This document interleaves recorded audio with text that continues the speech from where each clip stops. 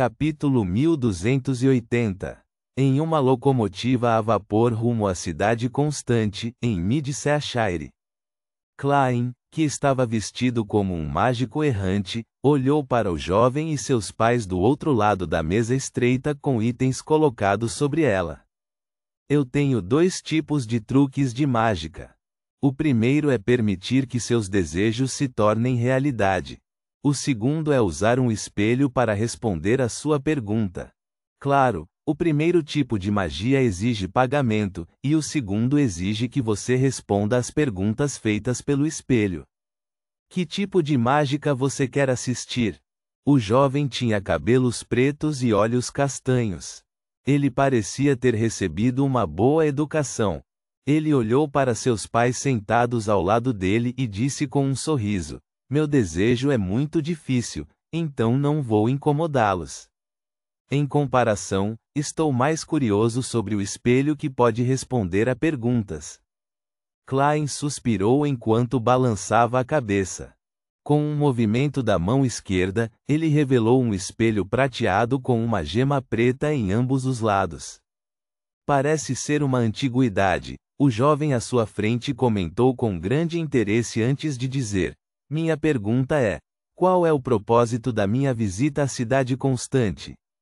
Um sorriso frequentemente visto nos rostos dos mágicos de rua, apareceu no rosto de Klein enquanto ele acariciava a superfície do espelho com a mão direita e dizia em tom sério: espelho, espelho, por favor me diga a resposta para a pergunta. Depois de repetir 3 vezes, soltou a mão direita e mostrou a superfície do espelho aos 3 passageiros.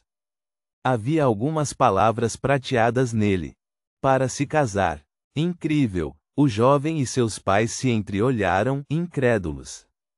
Após embarcarem no trem, eles nunca mencionaram nada relacionado ao casamento, nem revelaram nada que as pessoas pudessem usar para descobrir. Esta foi a primeira vez que eles viram um truque de mágica que não dependia de adereços ou de um público falso. Tudo bem, é hora do espelho perguntar. Klein sorriu enquanto cobria a superfície do espelho com a mão direita. Tudo bem, o jovem respondeu, sentindo-se intrigado. A seguir, vamos ver que pergunta o espelho mágico fará. Klein soltou a mão direita de maneira exagerada, como se estivesse realizando um truque de mágica formal. As palavras prateadas na superfície do espelho já haviam mudado, estendendo-se em uma frase completa. Você preferiria que sua noiva fosse uma mulher na casa dos 40 anos ou mais, certo? A expressão do jovem congelou por um momento antes de ficar pálida e depois completamente vermelha. Como isso é possível? Ele imediatamente refutou. Não pôde deixar de virar a cabeça para olhar para seus pais e resmungar: que tipo de pergunta estranha é essa? É só brincadeira. Klein sorriu desculpando-se enquanto pressionava apressadamente a mão direita na superfície do espelho, como se não soubesse que isso aconteceria. Então, soltou a mão direita. Na verdade, as palavras no espelho mudaram novamente. Quantos anos você tem? 25 anos, o jovem respondeu com cautela, com medo de cair em uma armadilha. Ele sentiu os olhares de seus pais e dos passageiros ao seu redor mudarem. Tudo bem, esse é o fim da mágica. Klein sorriu enquanto guardava o espelho. Você pode tentar outro truque de mágica. Assim que ele terminou de falar, a locomotiva a vapor apitou. Esse era o sinal de que estava prestes a entrar na estação.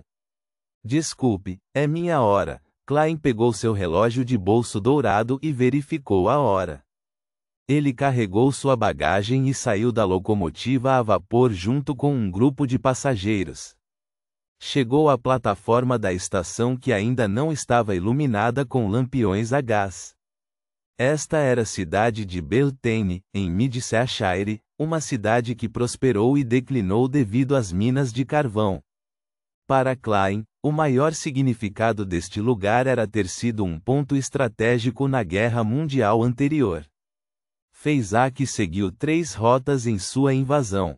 Uma atacou a fronteira ao longo da Cordilheira Amanta para romper as defesas terrestres. Outra envolveu partir da ilha Sônia, atacar os portos costeiros e tentar desembarcar. A terceira era seguir a ferrovia principal enquanto marchavam em direção a Bäcklund para a invasão. Entre eles, devido à existência da Igreja das Tempestades e ao poder combinado dos navios de guerra blindados e dos árbitros de alto nível, as forças navais de Feyzak e Feinapoter não conseguiram obter os resultados esperados. Eles ainda não conseguiram obter superioridade naval. E nos campos de batalha na Cordilheira de Amanta, a sede da Igreja da Noite Eterna bloqueou uma onda após a outra.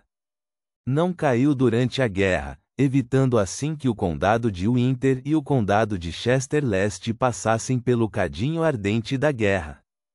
Das 3 rotas, a única bem-sucedida foram as tropas de Mid-Seashire. Eles realizaram uma operação naval terrestre conjunta e conquistaram a segunda maior cidade de Loen, Cidade Constante, capital de Mid-Seashire. Em seguida, seguiram para sudeste, encontrando-se com as tropas de Intis na grande área de Bäcklund.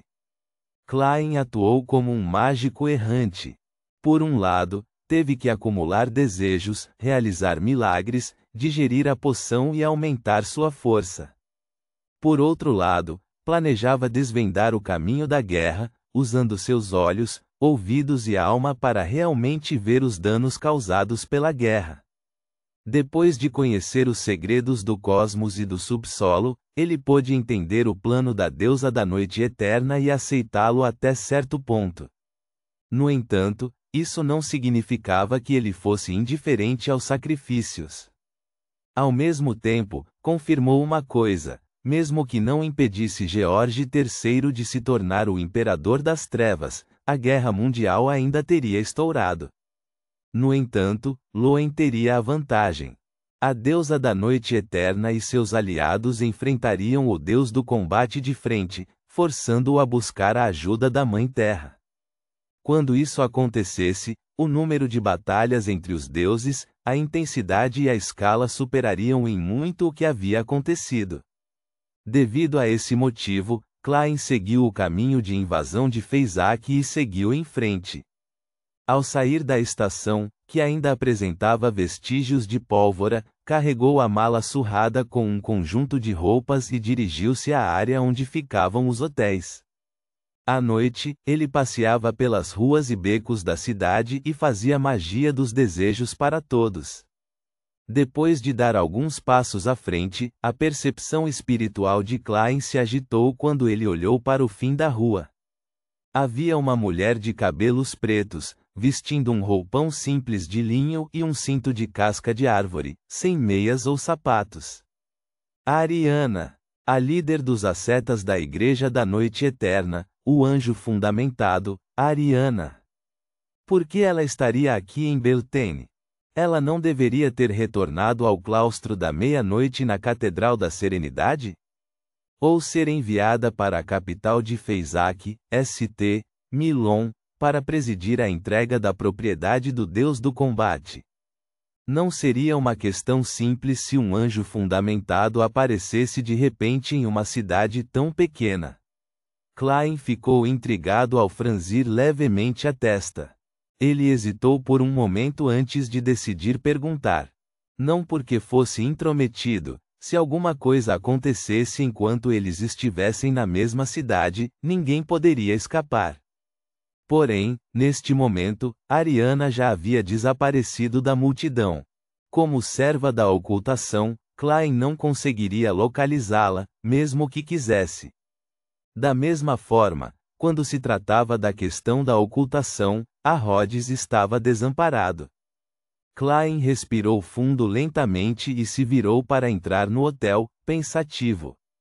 Ele conseguiu um quarto e guardou sua bagagem. Então, manteve seu traje de mágico errante e trouxe a Rhodes junto com ele. Seguindo sua intuição espiritual como vidente, caminhou até a praça municipal da cidade de Beltane. Perto da prefeitura havia um quadro de avisos com muitos papéis colados. Klein viu que várias pessoas o cercaram. Parecia haver um aviso totalmente novo, então ele se aproximou e ficou na periferia da multidão, olhando para a placa de madeira. No meio da tabuleta, um pedaço de papel levemente amarelado encobria os demais avisos. Na superfície havia tinta preta e escrita Loenese. Senhoras e senhores, sou seu novo cônsul. Agora, vou editar 3 novas leis. Primeira lei: sem minha permissão, nenhum ser vivo pode sair deste lugar. Segunda lei: toda vida é igual perante a lei. Até pessoas comuns podem matar anjos. Terceira lei: aqueles que cometerem os crimes mencionados abaixo serão punidos severamente. A pena mais alta é a sentença de morte. 1. Assassinato. 2. Roubo. 3. Recitar o nome honroso completo de uma divindade. 4. Oferecer sacrifícios a divindades malignas. 5. Fraude. 6. Vazamento de segredos. Reticências. Um anúncio como esse. Klein ergueu as sobrancelhas quando viu isso.